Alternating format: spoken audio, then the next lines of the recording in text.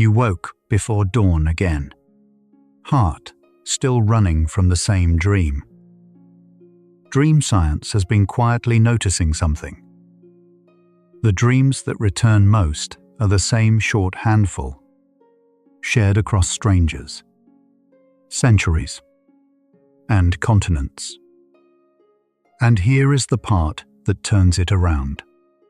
Each one may be less an omen than a rehearsal of a pressure you already carry. Welcome to Sleepy Science. Tonight we will not read them as fortunes. We will lay them out gently, un by un, the way you might sort familiar objects in a drawer you have opened 100 times. Let your shoulders sink into the mattress. Nothing here needs solving, only noticing, the way you notice a room you already know in the dark. So we start where almost every sleeper has already been, inside the first of these shared dreams, and the quiet pressure it seems to practice. Almost everyone, everywhere, dreams a few of the very same scenes. You run from something you cannot see. You feel the floor drop away. You stand somewhere you were never meant to be. Researchers call these shared scenes typical dreams because they show up again and again across thousands of people. They are not rare, and they are not a flaw in you. Tonight, we walk through this short, shared list, one calm entry at a time. And underneath every entry sits one quiet question. Which ordinary daytime pressure is each of these dreams quietly practicing? And what does it mean that so many of us carry the very same handful? These recurring scenes are far more common than most people expect. When scientists survey large groups, the same short list keeps appearing at the top. Being chased, falling, a test you never studied for, losing your teeth, standing undressed in a crowd. Some of these you may know well, and some you may have felt only once. Either way, they are ordinary human experiences, not warnings and not symptoms. Think of them like common colds of the sleeping mind. Nearly everyone catches a few of them at some point. So if one of these has visited you many times, you are keeping company with most of the human species, not drifting away from it. Long before sleep laboratories existed, people treated dreams as messages. Ancient texts read them as omens, signs from gods, or glimpses of things to come. That instinct is easy to understand, because a vivid dream feels important when you wake. Modern sleep science tells a calmer story. It does not read these scenes as predictions about your future. Instead, it lays them out like a catalogue of shared human experience. Each familiar dream becomes an entry, not a fortune. We are not opening a dream dictionary tonight. We are opening a field guide. And a field guide simply names what is common, describes its shape, and lets you rest more easily beside it. Why would strangers on opposite sides of the planet dream the same things? Part of the answer is that human brains are built alike. We share the same basic wiring, the same emotions, and many of the same daily pressures. One leading idea, called threat simulation, suggests the sleeping brain sometimes rehearses avoiding danger, almost like a private practice run. The evidence for it is mixed. so scientists treat it as a supported view rather than a settled fact. Still, it offers a gentle way to think about these scenes. Perhaps the dreaming mind is not sending a message at all. Perhaps it is quietly running through situations, the way you might rehearse a walk before taking it. When waking life grows heavier, these familiar dreams tend to return more often. Researchers who track recurring dreams notice they cluster around stressful stretches. A hard week at work, a strained relationship, a looming change. The same old scene comes back, like a song that surfaces when your mood matches it. This is one of the calmest things to know about typical dreams. They are usually responding to the present, not forecasting the future. The chase that visited you last night is more likely an echo of today than a hint of tomorrow. And echoes, unlike warnings, fade on their own once the room that made them grows quiet again. A recurring dream is simply the same scene returning across months or even years. You might have run from the same shadow since childhood, or kept arriving late to the same train. This repetition can feel unsettling, as though the dream is insisting on something. In truth, repetition is common and rarely a cause for worry. Many healthy people carry 1 or 2 recurring dreams their whole lives. The scene tends to stay because it is tied to a feeling that keeps returning, not because it is trying to send a secret. Knowing that can soften the moment you wake. A familiar dream is a familiar visitor, not a message left at your door. Most of these vivid scenes appear during a stage called REM sleep. REM stands for rapid eye movement, because your eyes flick gently beneath closed lids. During REM, the brain is surprisingly active, weaving together memories, feelings, and stray images. That is why dreams can feel so real, complete with motion, sound, and emotion. It also explains why the same emotional themes keep showing up. The dreaming brain reaches for what you have felt and known, then stitches it into a story. So a recurring scene is often your own material, gently rearranged. Tonight, as we name each common dream, remember, the artist behind them is simply your resting, wandering mind.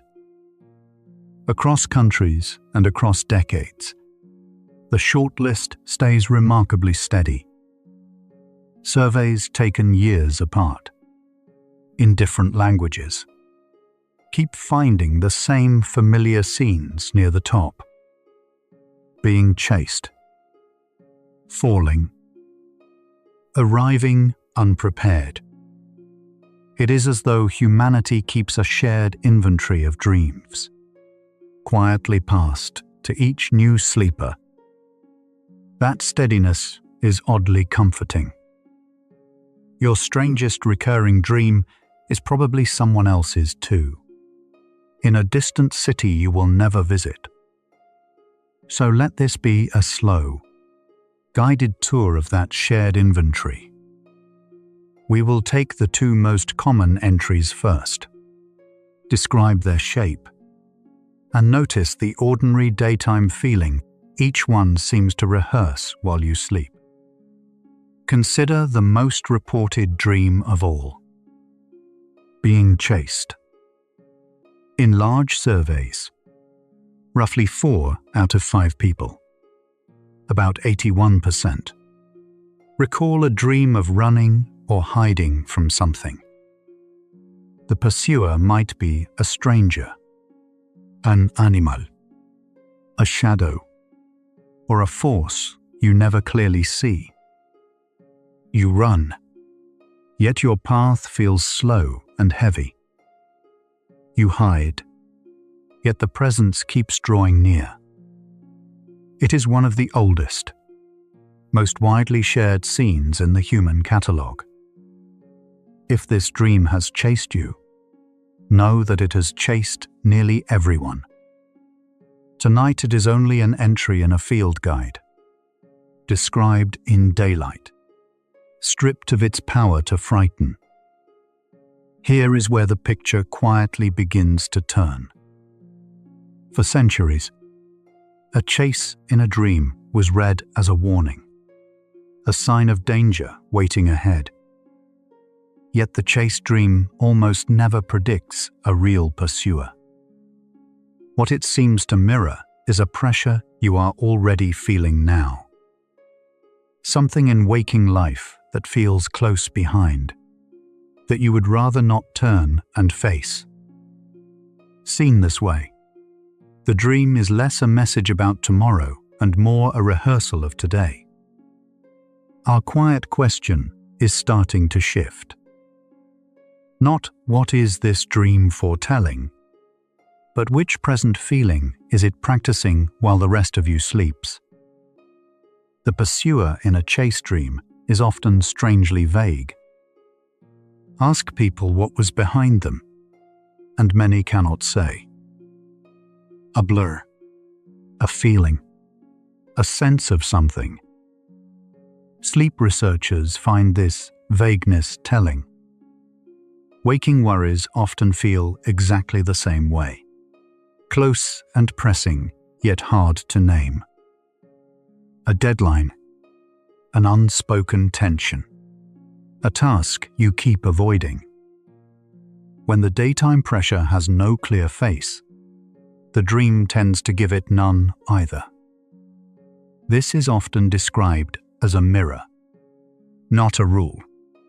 So no single chase means one single thing. Still, the pattern is gentle to sit with. The nameless shape behind you is usually a feeling, walking in costume. One idea offers a calm way to understand the chase. Some scientists suggest the dreaming brain sometimes practices escaping threats, a notion called threat simulation. In this view, the sleeping mind runs a low-stakes drill, rehearsing the ancient move of getting away. It is a bit like a fire drill you never scheduled and will not remember clearly.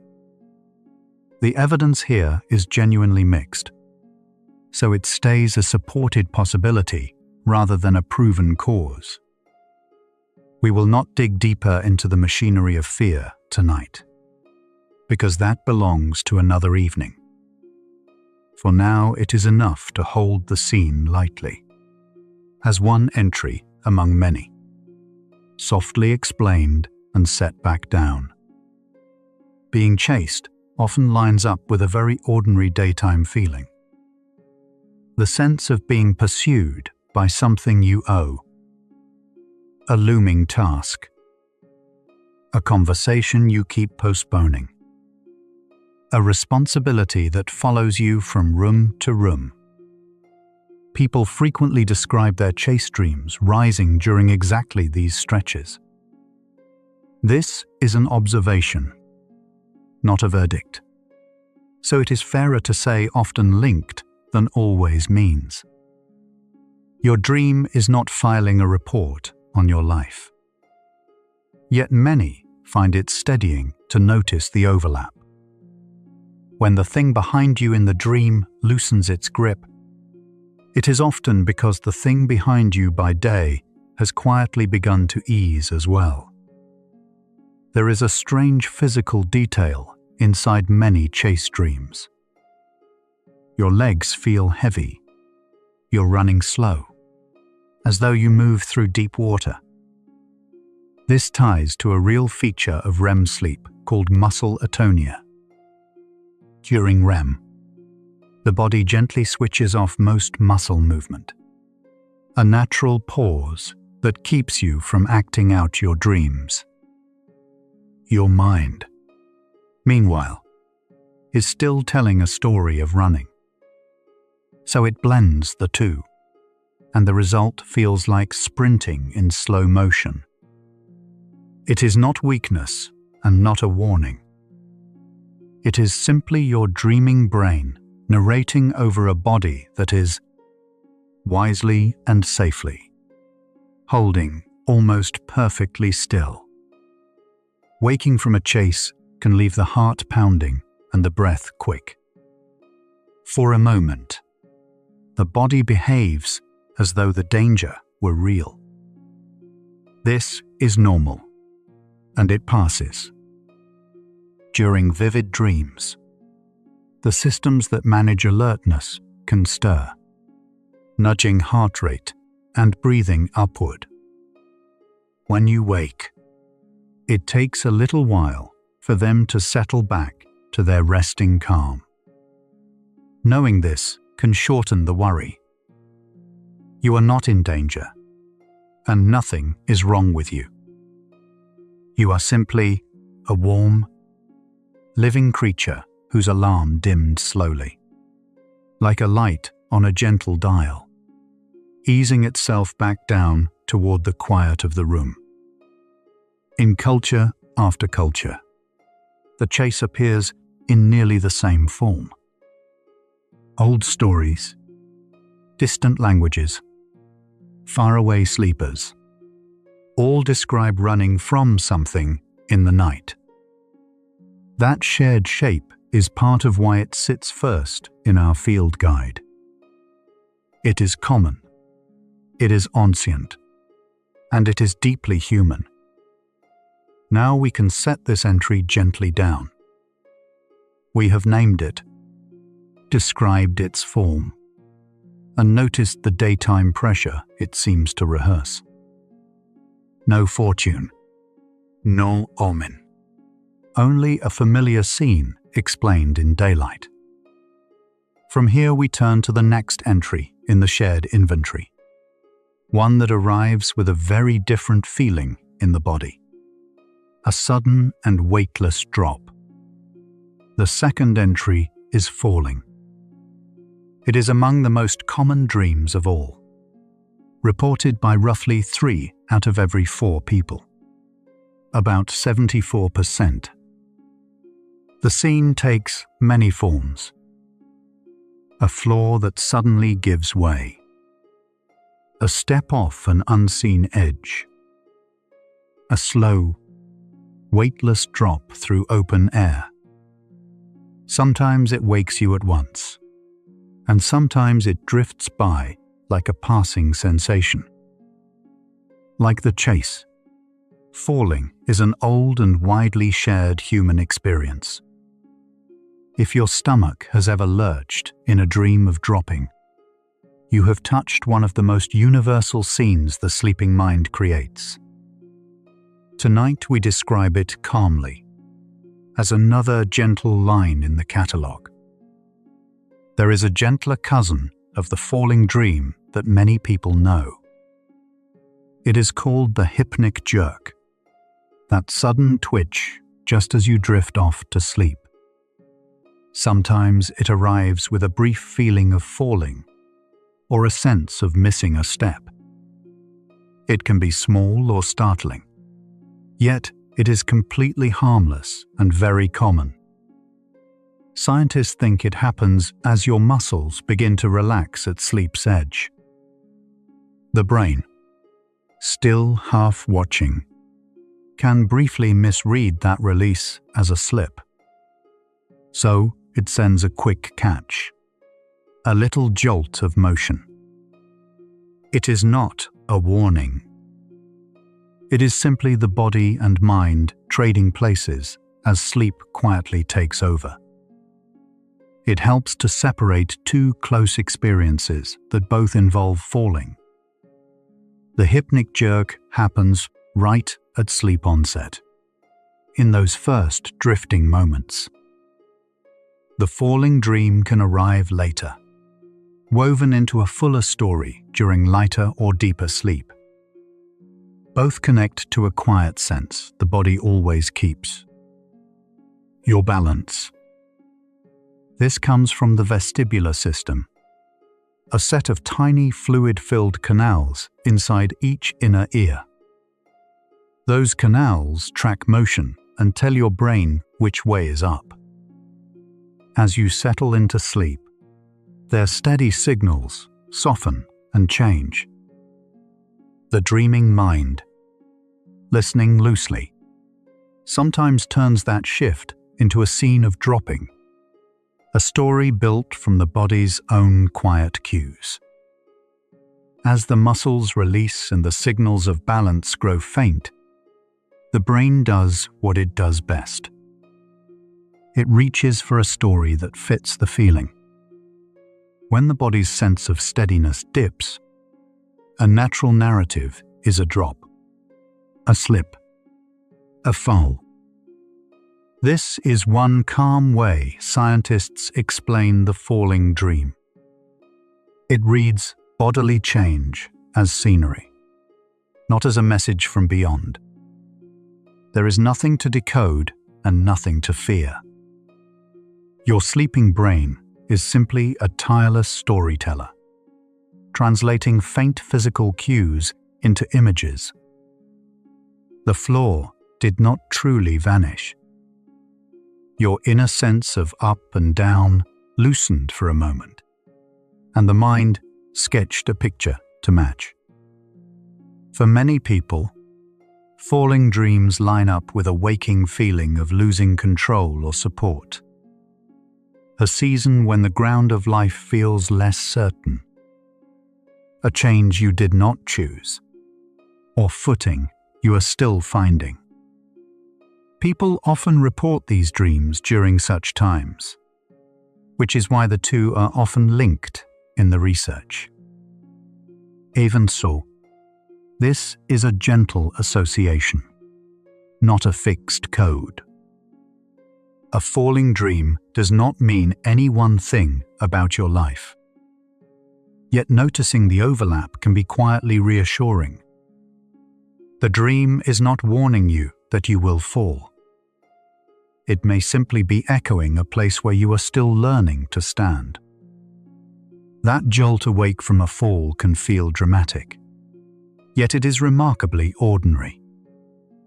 Long ago, people guessed that dreaming of falling meant real danger lay ahead. The modern view is far calmer and far kinder. The sensation grows from how the body loosens and how balance quiets as you sink towards sleep. When the mind briefly catches the change, it wakes you with a start, and then it lets you settle again. Nothing was falling. Nothing was lost. It was your own system easing downward, misread for a heartbeat as a slip. Once you know its source, the falling dream loses its edge and becomes just another soft feature of the night. Falling dreams rarely go very far. Most arrive near the start of sleep or in its lighter stretches, and they tend to be brief. You almost never truly land, and you almost never come to harm. Often the scene ends the instant it begins. A quick lurch, and then wakefulness, or simply a drift onward into deeper rest. This is worth holding as you lie in the dark. The drop is short, the landing does not come, and the body is safe the whole time. Like the chase, falling is a passing scene, not a hidden verdict. It appears, it fades, and the quiet of the room returns to hold you. Two scenes now sit open in our field guide, side by side. In the chase, something presses from behind. In the fall, the ground loosens beneath you. They feel very different, yet they share a quiet thread. Each one is the body reacting to a felt pressure, then the mind shaping that reaction into a story. One rehearses the sense of being pursued. The other echoes the sense of losing steady ground.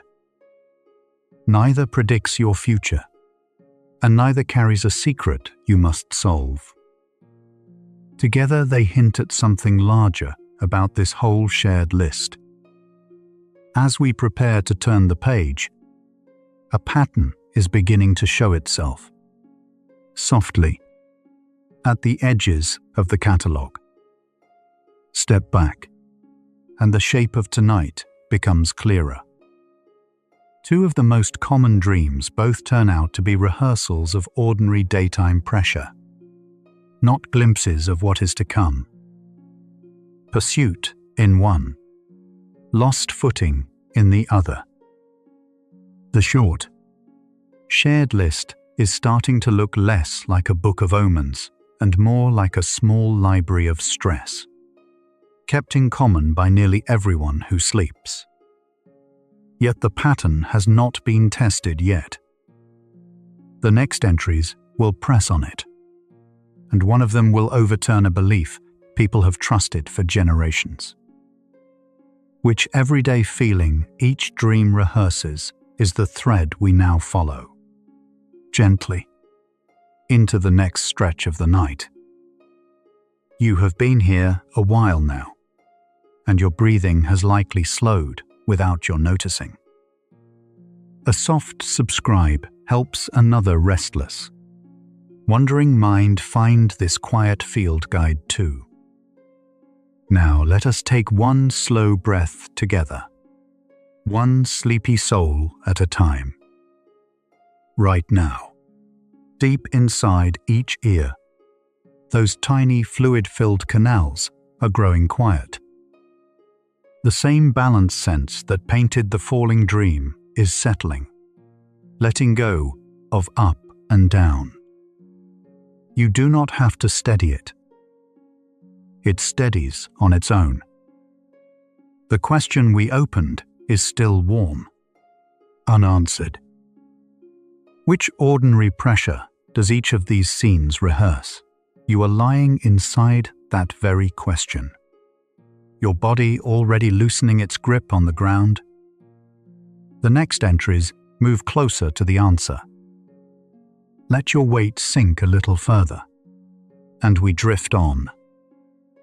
Few dreams feel as strange as the one where your teeth come loose. In it, a tooth wobbles, then crumbles, then spills into your open hand like small white pebbles. Surveys of common dreams place this image among the familiar ones, reported by roughly 1/3 to 2 in 5 people at some point. That is a striking overlap for something so odd. Across languages and eras, people describe nearly the same scene in nearly the same way. It is not a private omen meant for you alone. It is one shared entry in the small library of dreams almost everyone visits. For a very long time, people were handed one reading of this dream. Losing teeth, the old story said, pointed to loss itself, fading control, aging, even a warning about someone close. That interpretation traveled far, passed from book to book and person to person. It feels intuitive, because teeth carry so much meaning for us. Yet feeling intuitive is not the same as being true. A folk explanation can spread widely simply because it is memorable, not because anyone tested it. And for most of its history, no one had actually checked whether the dream matched the worry it was said to reveal. Then researchers decided to look. A 2018 study compared how often people had teeth dreams with two very different things: their emotional distress and the physical state of their mouth on waking. The result quietly overturned the old story. Teeth dreams showed no clear tie to anxiety or sadness. Instead, they lined up with something far more ordinary: tension in the jaw and irritation around the teeth after sleep. In other words, the dream tracked the body, not the heartbreak. It was a gentle reminder that the most repeated explanation is not always the one the evidence supports. What might the jaw be doing while you sleep? Many people clench or grind their teeth in the night, a habit called bruxism. It can happen silently, without ever waking you, sometimes pressing the jaw with surprising force. The muscles tighten, the teeth meet, and the mouth registers a steady, low pressure for minutes at a time. You may notice the aftermath as a sore jaw or sensitive teeth in the morning. During sleep, that physical signal does not simply vanish.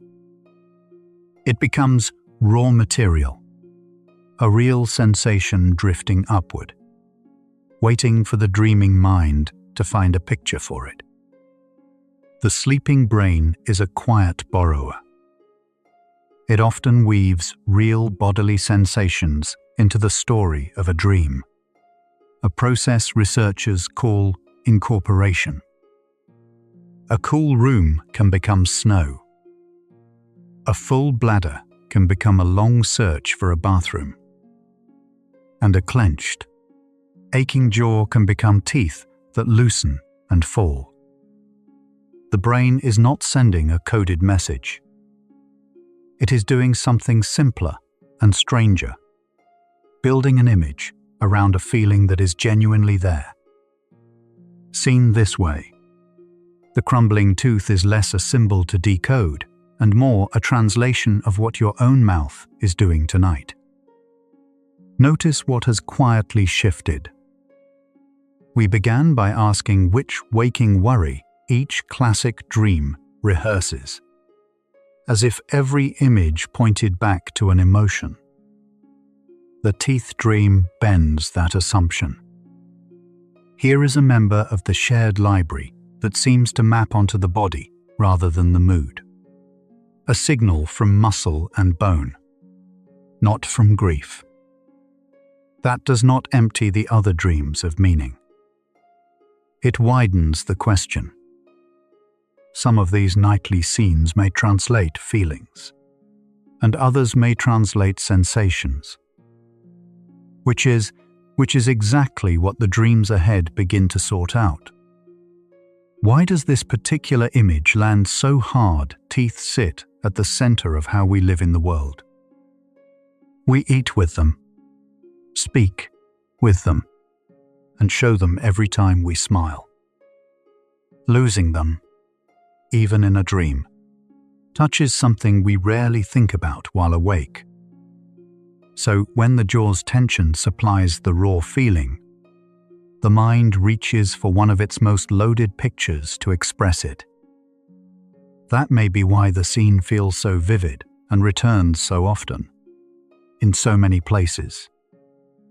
A small physical signal borrows a very large meaning to make itself known. So if you have woken from teeth crumbling in your hand, you can loosen your grip on the old dread. The evidence points somewhere kinder and more practical. A recurring teeth dream is more often linked to how your jaw spends the night than to anything unraveling in your life. It may simply be worth mentioning to a dentist, not a fortune teller. There is nothing to solve at 3 a.m. The dream is not a verdict about you. It is, most likely, your own body speaking in the only language sleep allows. pictures instead of words. There is another dream almost everyone has stood inside. You arrive for an exam you never studied for. The room has moved, or the paper is blank, or you suddenly remember a class you forgot to attend all term. Sometimes you cannot even find the door. What makes this one remarkable is who keeps having it. People report the unprepared exam dream decades after their last test, long into careers that have nothing to do with school. The classroom closes, but the dream keeps its doors open, waiting for us to walk back in. Why would a finished chapter of life keep returning at night? The likeliest answer is that the brain is thrifty. It built a strong template long ago for being measured and judged, and it reuses that template whenever a similar feeling appears. A high-stakes meeting, a review, a moment of being watched. Any of these can wear the old costume of an exam. The dream is often linked to present-day performance stress, not to the classroom itself. Your mind simply reaches for the most vivid scene of evaluation it owns. School, it turns out, left behind a lasting stage set. Here is a finding that turns worry on its head.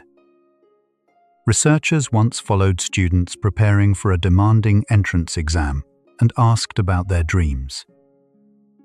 Many dreamed of the test going wrong, arriving late, freezing, running out of time.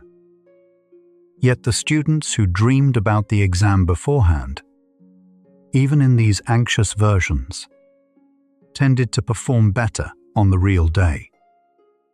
The troubled dream was not a bad sign. It looked more like a rehearsal, a mind running drills for something it cares about. Sometimes the dream that unsettles you most is the one quietly preparing you. Think of the unprepared exam dream as a low-stakes practice room. When something important waits ahead, the sleeping brain can stage a version of it, testing how it feels to be challenged before the moment arrives. The stakes inside the dream are zero. No grade is recorded, and no consequence follows. Yet, the emotional rehearsal is real, and it may help the waking mind meet the true event with a little less shock. This is only one gentle entry in our field guide, not the whole machinery of why we dream. Still, it hints that even uneasy dreams can be doing useful work. Look closely, and you notice what the dream is really about. It rarely shows you failing the exam. It shows you unready for it. The gap between what is expected and what you feel prepared to give. That gap is the whole feeling. It is why the dream can arrive before a wedding, a move, a new job, any threshold where readiness is in question. The scene borrows a classroom, but the ache belongs to the present.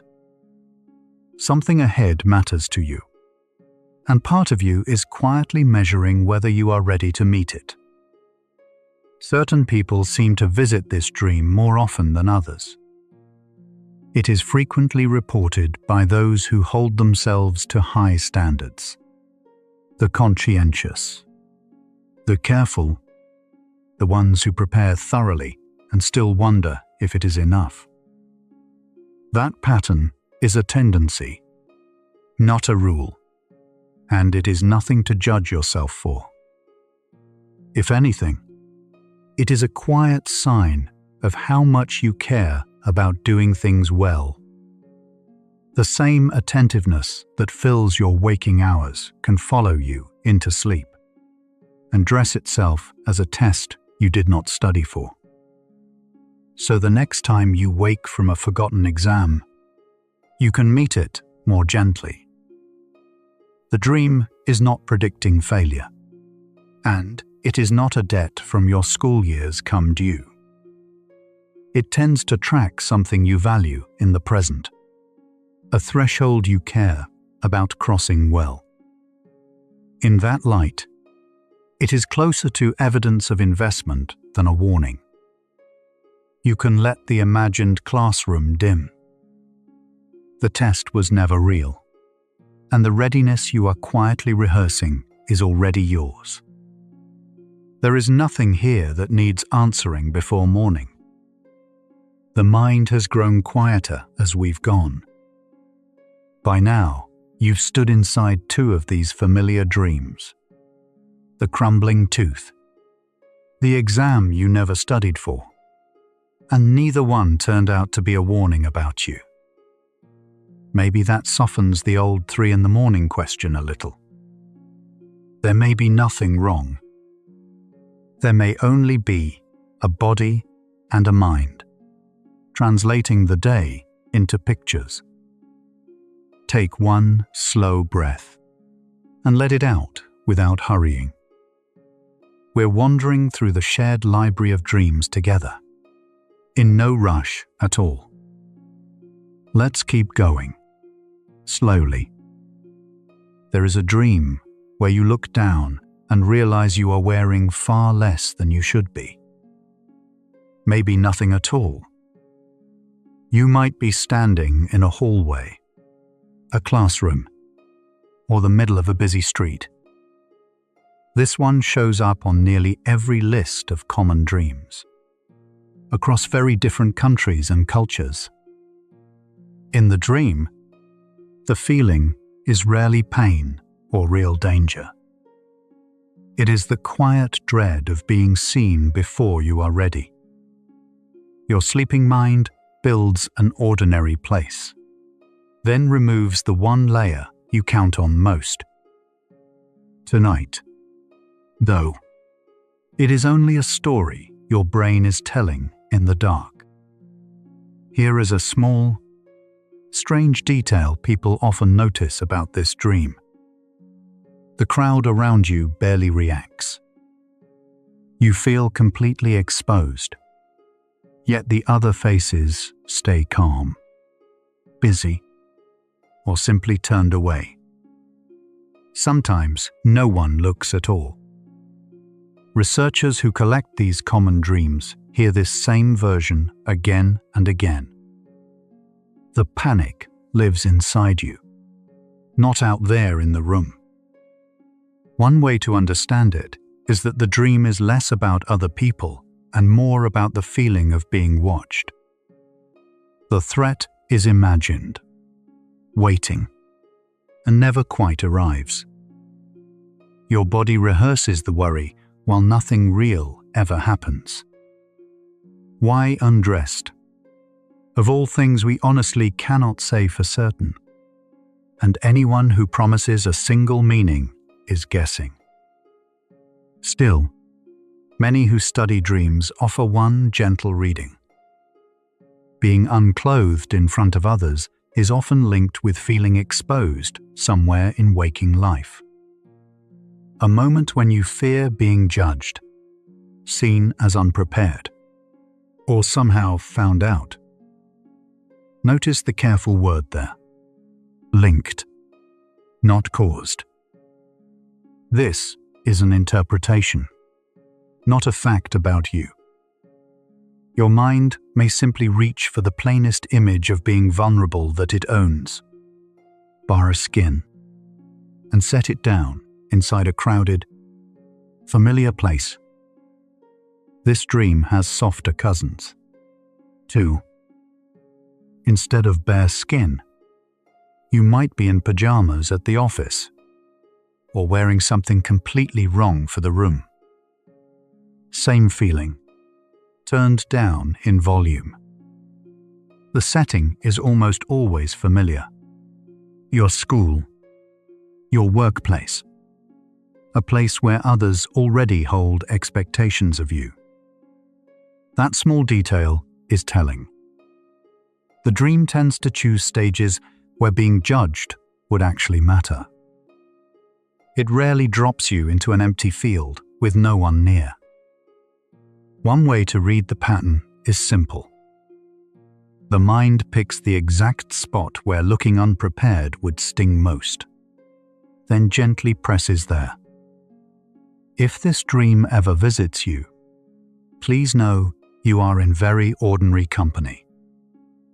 It sits among the small handful of dreams almost every human reports at some point. Rich or poor, young or old, in nearly every language studied. That fact alone is worth resting on for a moment. A dream this widespread is not a private flaw, and it is not a warning about your character. It is a shared piece of human wiring, quietly playing out while you sleep. Think of it less as a message meant only for you, and more as a very old story our species keeps retelling in the dark. There is another dream almost everyone knows, and this one moves instead of standing still. You are trying to catch a train, a bus, or a plane. You can see it clearly. You simply cannot reach it in time. The platform sits too far away. The corridors twist. Your bag spills open at the worst moment. Like being undressed in public. This dream appears across many cultures and turns up on the common dream lists again and again. The feeling at its center is not falling, and it is not fear. It is the ache of almost, of being so close, then watching the doors slide shut. Notice the shape this dream keeps taking. The harder you rush, the slower you seem to move. Your legs turn heavy. The hallway stretches. The gate drifts further away with every step. Now set the undressed dream beside this one, and a quiet pattern begins to surface. Both drop you into an ordinary place, then hand you a single unfinished thing you cannot quite complete. The question of why these few dreams return, night after night, starts to look less like mystery and more like design. We are not chasing omens or predictions here. We are watching the sleeping mind quietly rehearse. There is a tidy piece of psychology that fits this dream rather well. It is called the Zeigarnik effect, named after a researcher who noticed something simple. Our minds hold on to unfinished tasks far more tightly than finished ones. A completed errand fades from memory. An interrupted one keeps tapping at the shoulder. One way to understand the mistrained dream is as that same tug, dressed up in a station. The open loop of your waking life. A deadline. A goodbye. A choice not yet made. Can become a departure you keep almost catching. The dream may be the reminder, not the emergency. Pay attention to time inside this dream. There is almost always a clock somewhere, a schedule, a countdown, a sense of running late that never quite eases. That pressure seems to be part of the design. These dreams tend to arrive during waking stretches full of transitions. A new job, a move, an ending, a season of life turning over. Times when something important is leaving the platform, whether you feel ready or not. Again, this is a gentle association, never a diagnosis. But if the almost missed train has been visiting lately, it may simply be echoing a real crossing your days are asking you to make. So here sit two of humanity's most familiar dreams, resting side by side. One strips away your cover in a crowded room. The other keeps a destination just beyond your reach. Different scenes, and yet the same soft machinery works underneath. Each takes an ordinary, familiar place, then stages one small, unresolved worry inside it, being seen or being late. Neither is a prophecy. Neither is a flaw in you. They are your mind, running quiet practice drills while the body rests. And knowing that, you can hold them a little more lightly tonight, the way you would hold any old, harmless story. You just heard something worth carrying into the quiet. Two of the most common dreams there are: being exposed, being late, maybe nothing more than your mind rehearsing small, unfinished worries while your body rests. Let that settle for a moment. If some part of you has been bracing, as though one of these dreams were a warning, you can loosen that grip now. There is nothing here to solve. Feel where your body meets the bed. Feel the breath moving on its own. No schedule. No platform to reach. It is not running late. It is not being watched. It is simply here, with you. The second half of the night drifts gently toward why these few dreams are shared by almost everyone, and what that quietly says about all of us. For now, one slow breath, and we go on. A dream where you search and search for a bathroom often has a plain cause resting just below it. While you sleep, your kidneys keep working, and your bladder slowly fills through the night. The brain notices that gentle internal pressure and sometimes weaves it straight into the story you are dreaming. So the endless hunt for a toilet is less a hidden message than a body signal borrowing the nearest images. Many people wake moments later, needing exactly what the dream kept promising. It is one of the clearest examples of the sleeping mind quietly listening to the waking body. Inside these dreams, the bathroom is rarely simple. The stall has no door. The floor is flooded, or the toilet sits oddly in the middle of a public room. These strange details are the brain's way of turning up the volume on a rising need without quite waking you. Sleep tries to protect itself, so it dresses the signal in obstacles rather than sounding an alarm. Eventually, the pressure grows loud enough. The dream dissolves, and your eyes open. Far from a warning about your life, it is a quiet negotiation between rest and a body that keeps its own schedule. Children know this dream especially well, and the reason is tender rather than troubling. A young bladder is smaller, and the signal to wake is still being learned. So the toilet dream can arrive with real urgency. In adults, the same script returns during long, deep stretches of sleep, when the body would rather not rouse. Across every age, the pattern points inward to plumbing, not outward to fate.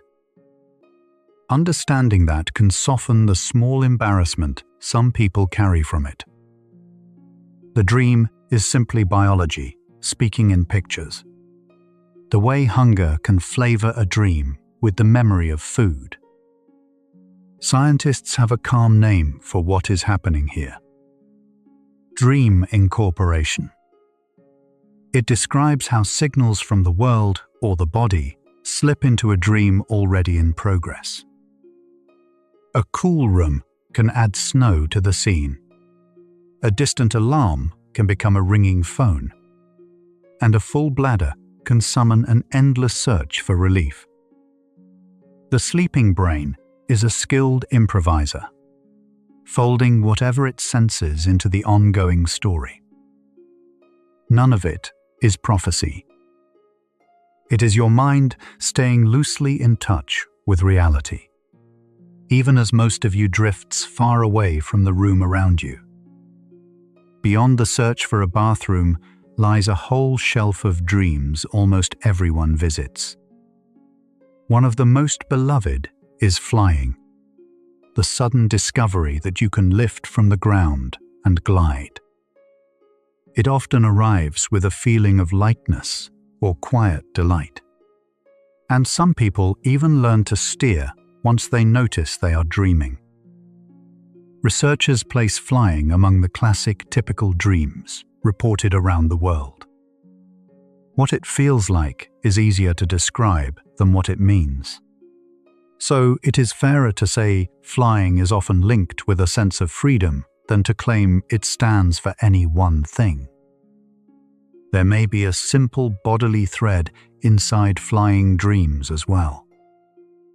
During dream sleep, the system that tracks balance and motion behaves unusually. While the body lies still and only the mind moves. That mismatch, some scientists suggest, can bloom into sensations of floating or soaring. It is one possible strand, offered gently, not a settled fact. Whatever the cause, flying tends to leave a soft afterglow rather than fear. Of all the shared dreams, it may be the kindest, a quiet reminder that the sleeping brain can offer ease just as readily as it stages worry. A less pleasant favorite is the car that will not obey. You press the brake and nothing slows. The wheel turns to mush, or the pedals sit just out of reach. In another version, the car itself is simply gone from where you parked it. These dreams carry a very particular frustration, the feeling of motion without control. They are common enough to appear in surveys of typical dreams across many countries. People often link them with waking moments when direction feels uncertain, though it is wiser to notice the feeling than to hand the dream a fixed meaning. What makes the runaway car so vivid is how faithfully it copies a real, nervous moment. Your heart may quicken, your effort strains, and still the vehicle drifts on. Some researchers see dreams like this as low-stakes practice, a way for the brain to move through the feeling of lost control while you are safely in bed. The idea is supported but not proven, so it is best held lightly.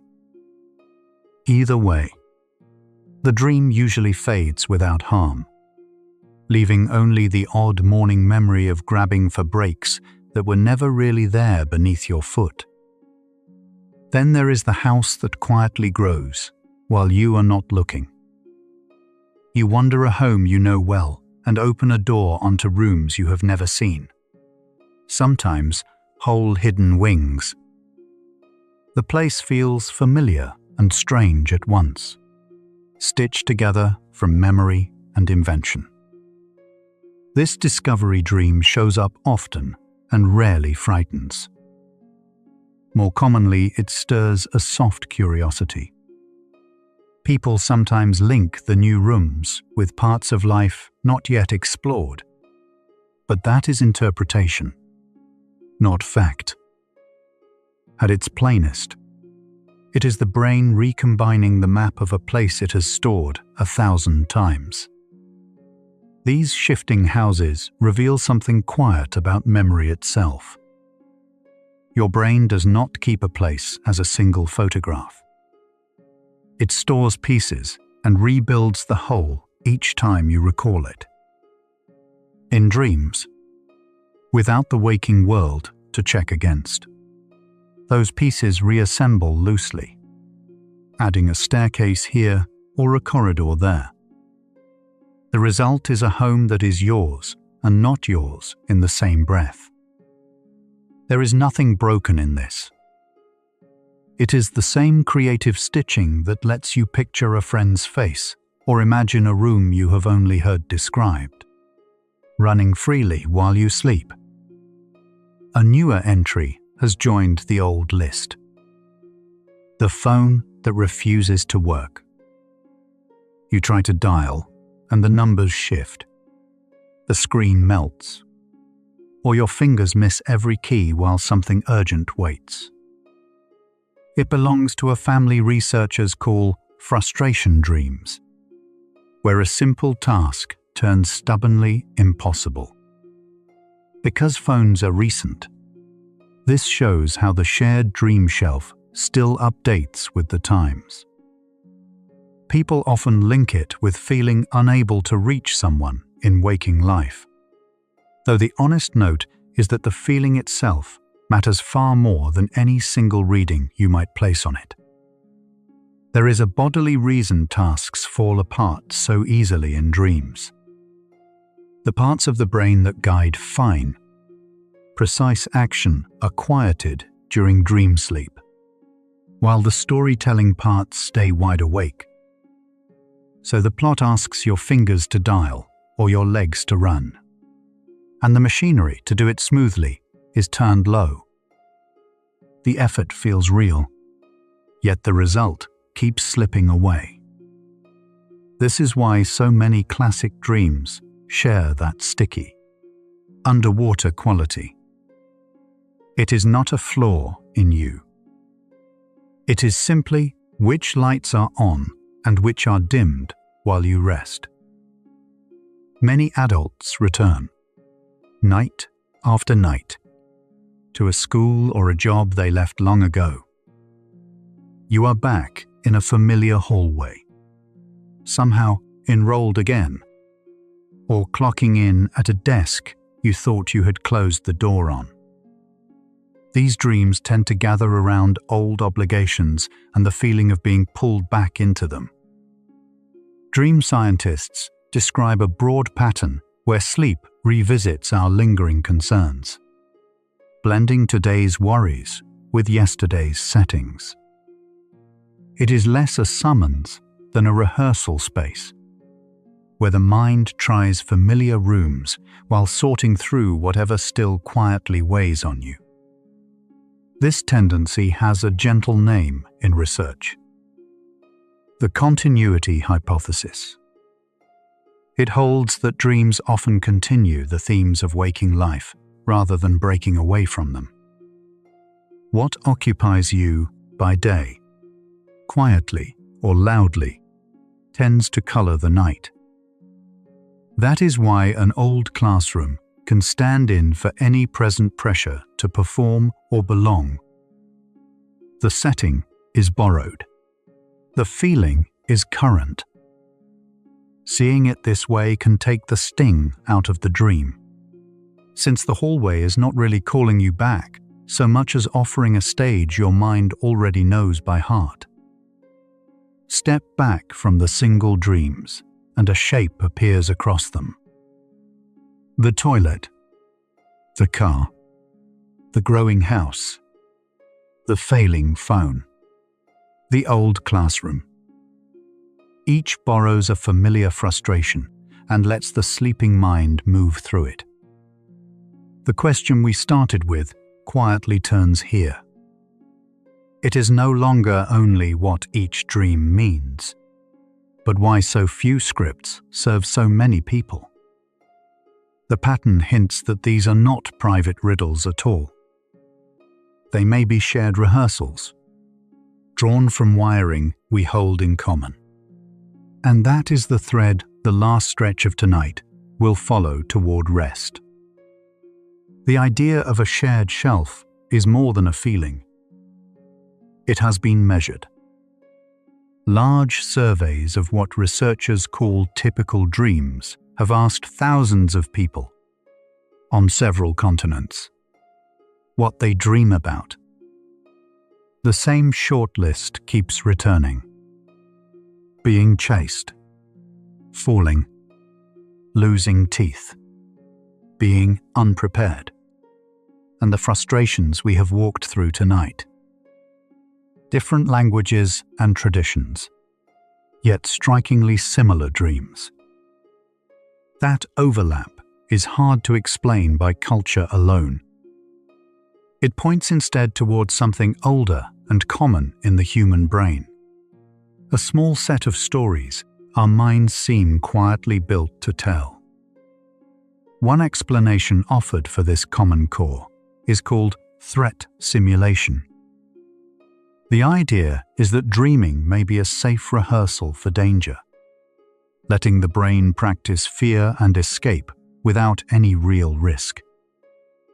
Being chased, falling, or fumbling in a crisis would all fit such practice.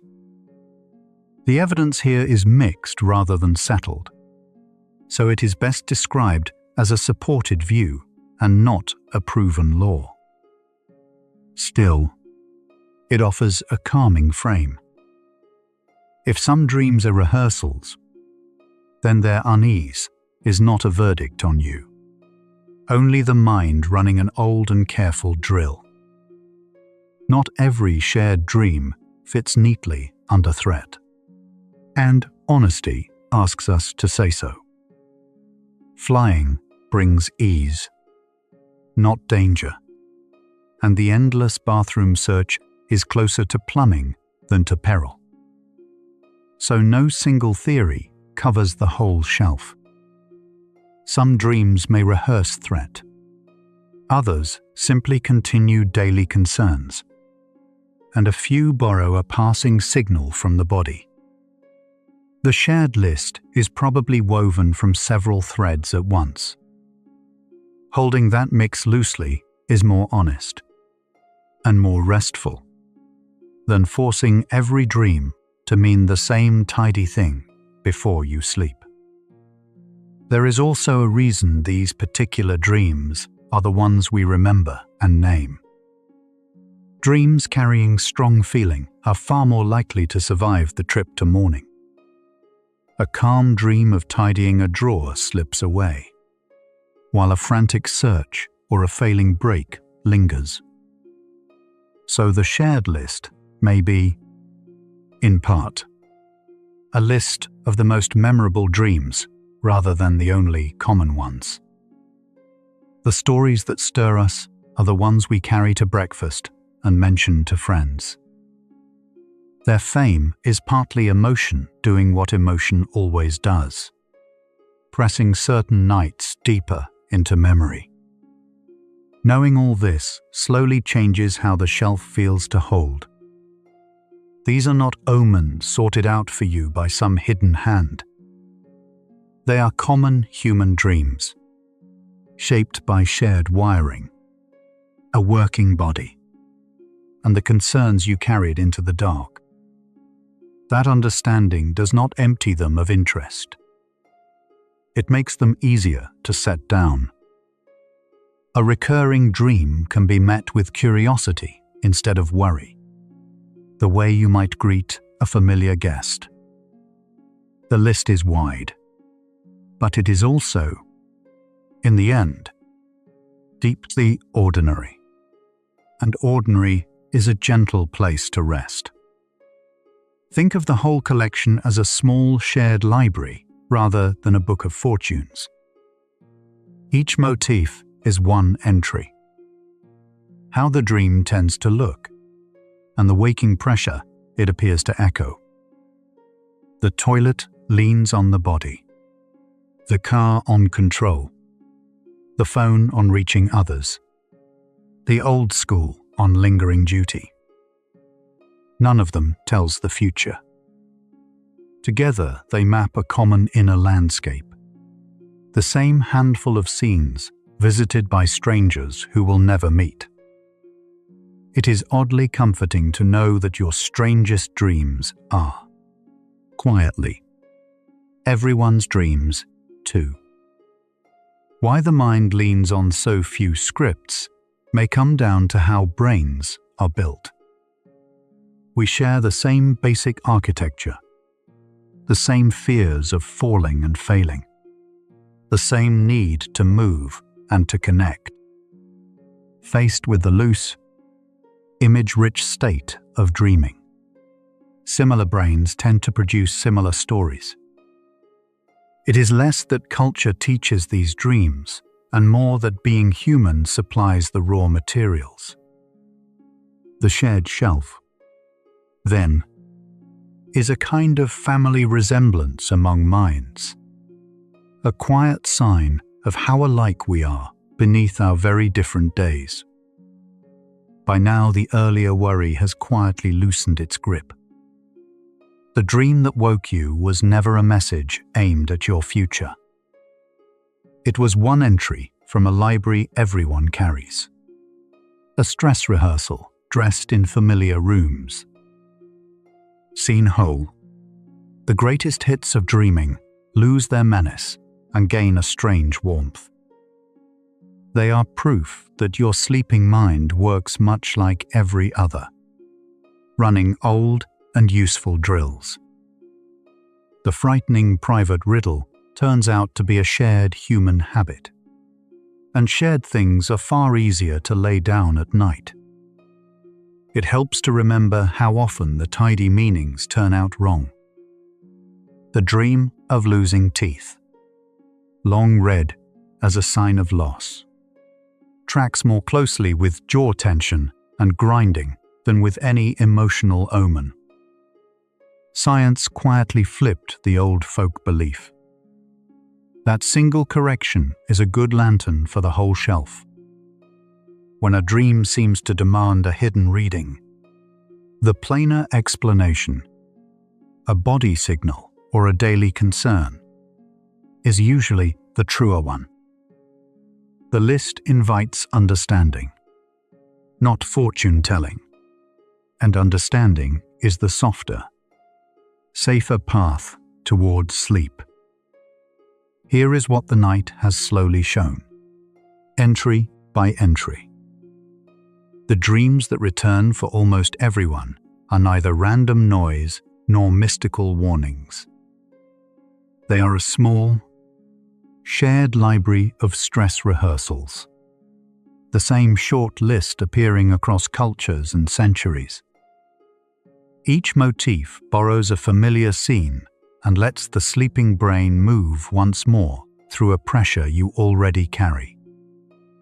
This is a field guide, grounded in what studies of typical dreams actually find, not a dictionary of omens. Knowing that the strange visitors of the night become something you can understand, and understanding is enough. Notice how the understanding is arriving quietly, without your having to reach for it. These dreams need no solving from you tonight. They belong to a shelf that every sleeper shares, and yours sits there among the rest, ordinary and safe. Let a slow breath move out of you. The unease that once pulled you awake can ease its hold now, since nothing here was ever a message meant only for you. What the night has been gathering is near, and it asks for no effort at all to reach. Sink a little further, and let it settle over you. Here is the gentlest part of the whole story. A recurring dream is not built to last forever. Researchers who follow the same dreamers over many months notice a quiet pattern. When the waking pressure behind a dream eases, the dream tends to visit less often. It loosens its grip slowly, the way a tide pulls back without ever announcing it. The script does not vanish in a single night. It simply stops feeling urgent. And then, one evening, it stops arriving. There is something small you can do, and it asks almost nothing of you. Studies on naming a feeling suggest that putting a quiet word to it can soften its charge. When you can say, plainly, "This dream is about the exam I am dreading," the mind seems to hold it more loosely. Nothing dramatic happens. The worry does not disappear. It just becomes a thing you are looking at, rather than a thing looking at you. Think of a worry you once carried that has since been settled. The interview that finally happened. The move that is now behind you. Very often, the dream tied to that worry quietly retired around the same time. Dreams that repeat tend to track what is still unresolved in waking life. So when the waking thread is tied off, the sleeping rehearsal has less reason to run. The mind stops practicing for a test it no longer expects. Now, a reassurance worth resting on. A dream that returns is not a message about the future. It carries no forecast, no warning sealed inside it. Researchers who study dream content find the same thing again and again. Dreams lean toward what is already present in your life, not toward what is coming. The repeating dream is a mirror held up to today, tinted by sleep. It looks backward at what is here, never forward at what is not. Dream science has a calm idea called continuity. It simply means that dreams tend to continue the themes of your waking days. The people on your mind, the tasks left half-finished, the small pressures you carry. These are what drift into the night and take on strange shapes. So a recurring dream is less a riddle to solve and more a reflection of what you have been living. Nothing hidden. Nothing that needs decoding. This is why a repeating dream does not need to worry you. It is not a sign that something is wrong with you. Nearly everyone alive has a dream that comes back. The teeth, the falling, the running from something unseen. These are the common ones, worn smooth by millions of sleeping minds. If yours returns, you are simply doing what human brains have always done. You are in ordinary, well-traveled company. Consider how widely shared your dream really is. The handful of scenes we walked through tonight are not rare. They appear across countries, across languages, across centuries. Someone on the other side of the planet, whom you will never meet, has woken from nearly the same dream you have.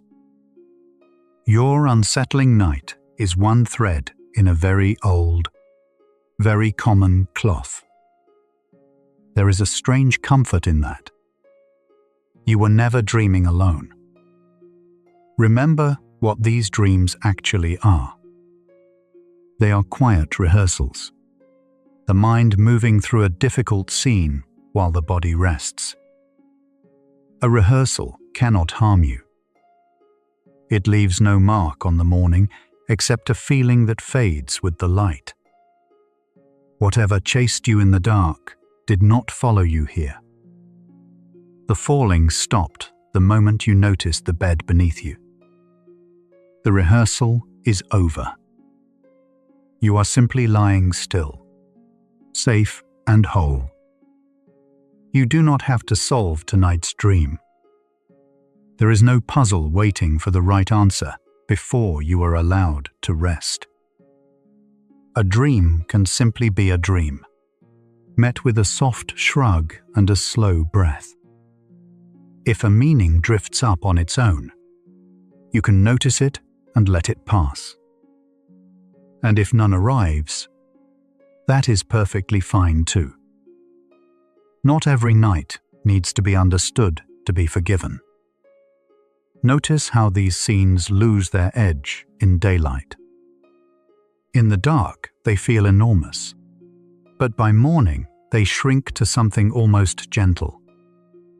The same thing can happen right now, as you rest.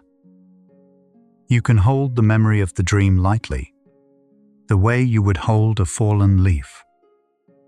Turn it over once, then set it down. It has no weight it can keep. If you stop carrying it, if you have ever woken at 3 in the morning from the same uneasy dream, this is for you. Lying there, wondering why this one? Why? Again. The wondering is the hardest part, harder than the dream itself. But the answer is soft and simple. It came back because a small worry is still nearby, not because anything in you is broken. You can let the wondering rest along with the rest of you. So here is what you might do. The next time you surface in the dark, instead of chasing the dream for meaning, name it once, gently. This is the falling one. This is the exam one. Then let your attention drift back to your breath, slow and even. You do not have to fix anything at that hour. You only have to let yourself sink back down, one soft breath after another. Trust that these dreams tend to thin over time. As the season of stress passes, the dream that marked it grows fainter. It may return now and then, like an old song you half remember, but it loses its urgency. It becomes less a visitor at your door and more a distant echo. One day you will notice that you cannot recall the last time it came. It drifted away while you were busy living. There is a quiet meaning in the fact that we all share this short list. It tells you that your inner life is not strange and not alone. The same handful of worries visit nearly every sleeping mind on earth. Being chased, falling, standing somewhere unprepared. These are simply the shapes that being human takes at night. Your dreams are not evidence that you are different. They are proof that you belong with everyone else. The question we started with is quietly turning now. We began by asking what each dream was a rehearsal of. But underneath that sits a softer question. What does it mean that the whole world dreams from the same small list? Perhaps it means these dreams were never yours to fix. They are the common weather of the human mind, passing through you the way they pass through everyone. Let go, tonight, of the search for signs. There is nothing in your dream you need to catch before it slips away. No warning, no omen, no hidden instruction for tomorrow. The dream asks nothing of you but to be felt, and then released. You can lay down the habit of decoding, like setting a heavy bag beside the door. In the morning, it will still be there, if you want it. For now, you can rest. A dream that returns is not knocking to warn you. It is only the mind revisiting a room it has not quite finished tidying. There is no danger in the visit. Nothing about it can reach past the edge of sleep. When it comes, you can greet it the way you greet weather. It arrived. It will pass, and you were never in its path. You are here, in the quiet, unharmed. Feel how little the dream can actually take from you. It cannot follow you into the morning. It cannot change what tomorrow holds. It cannot mark you, or measure you, or judge you. All it can do is play, briefly, in the dark, and then dissolve. You wake, and it is already gone, thinner than mist. Whatever it seemed to threaten was never real. Only the rest around it is real. You can set this dream down now, fully. Imagine placing it gently on the floor beside the bed, where it can wait without needing you. It does not have to be solved, or carried, or feared. It can simply lie there, harmless, while you drift. There is nothing left for you to do with it tonight. The understanding can come another day, or never at all. Either way, you are allowed to sleep. Somewhere tonight, someone is dreaming your dream. In another city, another language, another life. They will wake with the same small unease and let it go by morning. You are part of that quiet, worldwide company. None of you did anything wrong. None of you needs to be fixed. You are all simply sleeping and dreaming and waking, as people always have. There is a soft peace in being so ordinary. Nothing needs solving before you rest. The dream can stay unexplained and still be harmless. You do not owe it an answer tonight. Let it be one of the ordinary mysteries you carry lightly. The mind knows how to hold a question without straining against it. You can let it hold this one for you now. All you have to do is soften and stay where it is warm. Your breathing has likely slowed without your noticing. The worry that woke you has less to hold on to now. Whatever dream comes tonight, you already know its nature. A rehearsal, a mirror, a passing shape in the dark. Nothing that can reach you. Nothing you must understand. You can let the last of the wondering settle, like dust drifting down onto still water. Let the questions grow quiet, un by un. Why this dream? Why again? Whether something is wrong. Each one can loosen and float away. There is nothing wrong with you. There never was. There is only a tired mind, doing the old and human work of rehearsing in the dark.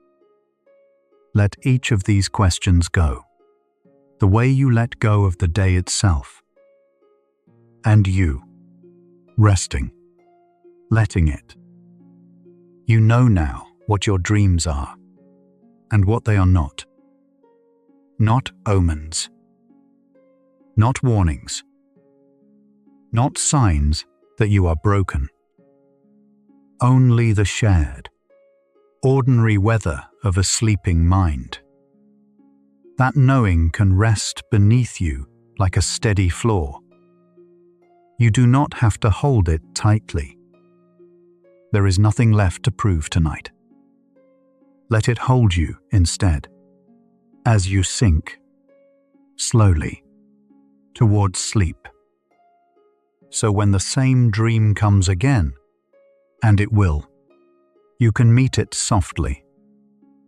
It was never a message meant only for you.